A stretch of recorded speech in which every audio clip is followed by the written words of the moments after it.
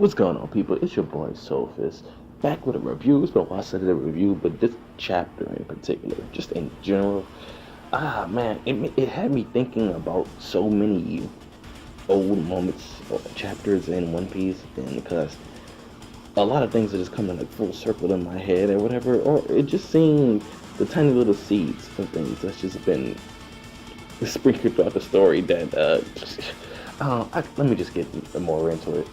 So the beginning portion of the chapter with Zoro and Murasaki and Otoko, her name means mailman, but she's not on that.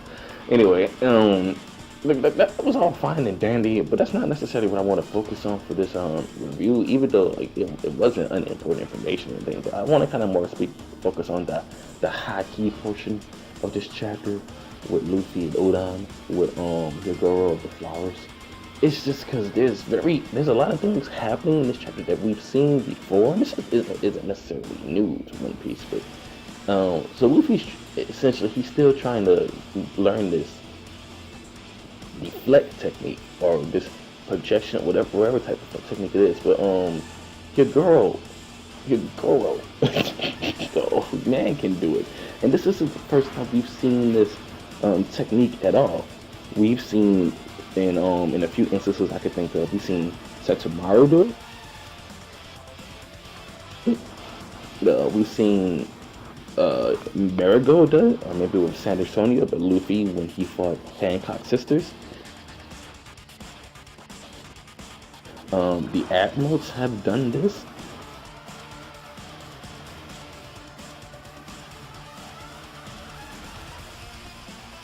When they stopped Whitebeard's technique, his shockwave, and there was one more. Or and Rayleigh did it. He showed it to Luffy.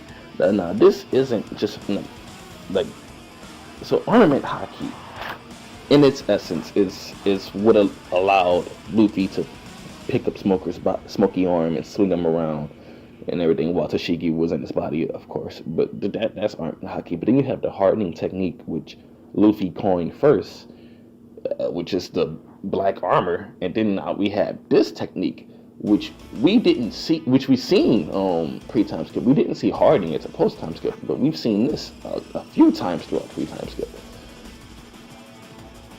and that's incredible. Like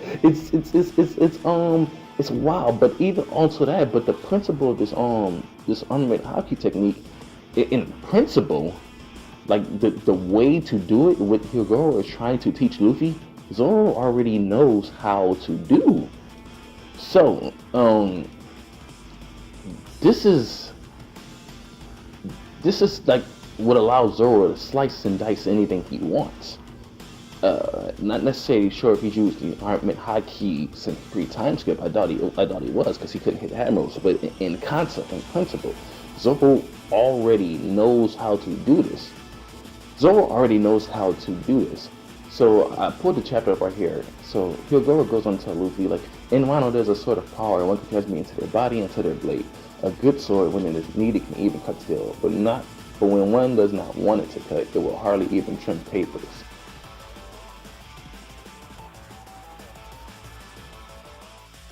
Such as the will of the swordsman. Not only does Zoro know how to do this, but Zoro's master, I keep forgetting his name, I should have looked it up before this review, but I just keep going with it. His sensei, the one Zoro, Kuina's father, the one who taught Zoro how to wield the sword, he already knew how to do this. See, that's why I tell people he clearly already knew hockey, but everything, because he could cut steel, but he was explaining to Zoro how anybody could pick up a sword, swing it around with all their might and chop something down, right? And this is what Zoro got wrong in his fight with Mihawk, and this is also what Zoro got wrong at the start of his fight with Mr. One.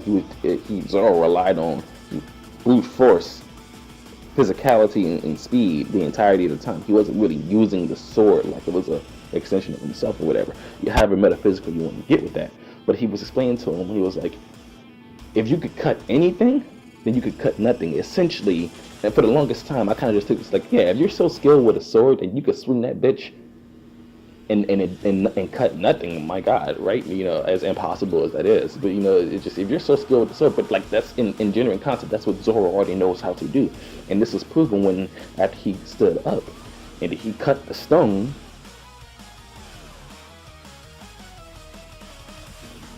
a stone with a sword.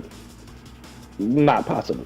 But then he swung the sword through the branches of a tree. A regular sword will cut down a tree branch easily, and then the sword just braced against. Like, it's the technique in which he swings the blade.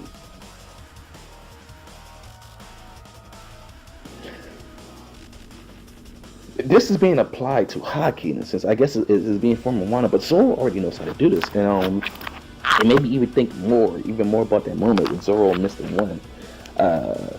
And for a while, I thought Zoro was the first one, but this is the very first moment I believe we've seen Zoro use observation Haki, because if you look at the same fight, he goes on to say to Mr. One, or not Mr. One, to himself, he's like, well, Mr. One asked him how did he dodge the stones, and Zoro was like, I didn't dodge, I just knew they wouldn't fall on me. And then Zoro also goes on to say to himself, he's like, and I can tell my Wado Itimunji is right there. Like, I can't see it, it's covered under rocks, but then he walked over to flip the rock over and found his sword. Right at the time, we didn't know how he was. We wasn't even Sky Island when we got officially introduced into observation Haki yet.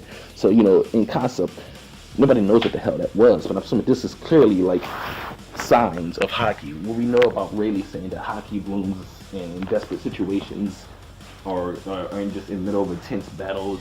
And Zoro was going on and on and on and on, talking about how he's feeling everything with him and everything's breath, and like he's been in this state before when he fought Mihawk and everything, and he's just like, it's like a sense of calmness. And what do we know about observation Haki is that it dwells in calmness. Rayleigh's told us this, and it was displayed during Luffy's battle with Katakuri. It's that state of like, okay, well, this is the last move. I'm gonna win. I'm gonna die. Let me just give it my all. And that was Zoro maybe using the observation to really cut steel for the first time in my genuine assessment. Now, I took that as like, wow, Zoro's the first try to use observation Haki, but that's not even it. I'll bring in some other theories later, but Luffy definitely was the first one that I can think of to use any type of Haki out of Straw Hats. And I thought about when his battle with Mr. 3, the very, very end of it, when Mr. 3 had all those wax clones, just a bunch of wax clones, and Luffy threw out a straight punch and hit the real Mr. 3. Mr. 3 was like, how the hell did you find it? Luffy was like, I don't know, instinct? Was it instinct, or was it just, just early signs of Haki? I mean, like, this is kind of just what I'm getting out of this, and the fact that the chapter it's with concepts, it's just re-invoking old concepts we've already heard and seen before. Oh man, there's other moments of the chapter like Luffy and messing around with his new observation Haki, using Katakuri's future sight. I thought that was cool. But that's not really what I wanted to talk about. I want to talk about really like the old things being reintroduced to the chapter to now where, to my count, we have about 6 different types of Haki. So 3 armaments if you observation. There's the normal default armament Haki, right? Lets you bypass devil fruit powers, etc. Then there's the hardening technique where we introduce post-time skip, and there's this deflection technique which we were introduced pre-time skip. And then there's observation, regular observation. Then there's like this special weird observation we've seen Usopp and Fujitora have, where they can see auras. And then there's the observation that Luffy and Katakuri are using, where they can see into the future. So, and that's to my count. I'm not saying this is de facto. This is just my assessment of the series. I very much like this skill Luffy's learning. Zoro already knows how to do with his sword. I wonder if he can apply it to his Haki. This is crazy. This is why I love One Piece, man. This is why we read One Piece. This is such a fantastic chapter. Like, I don't do ratings. I find the concept like asinine, but I just enjoy the hell out of this chapter. It's your boy, Sophus, Hell Hydra.